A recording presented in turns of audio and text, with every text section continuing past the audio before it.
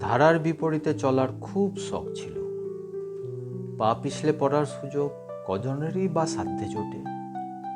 চলার পথে বাধা, মন্দ কি, আসুক না, অন্তত পাগলামির যথাযথ সমাপ্তির আশা জাগে। আকাশ থেকে ঝাঁকে ঝাঁকে তারারা পৃথিবীর বুকে ফিরে আসে একটু জিরোবে বলে। শতাব্দী ধরে তারা পরিশ্রান্ত, ঝিকমিক করতে করতে।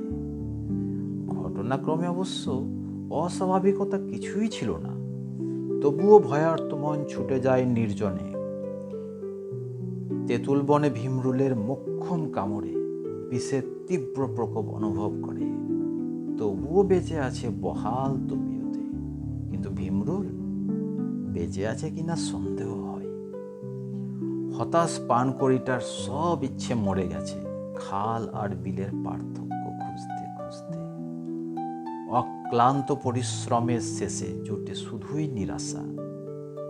বর্ষার অবাধ্য জল আল উপচে অনায়াসেই বেরিয়ে আসে শিকল ভেঙে। কিন্তু পাখিটা আজও শিখল না।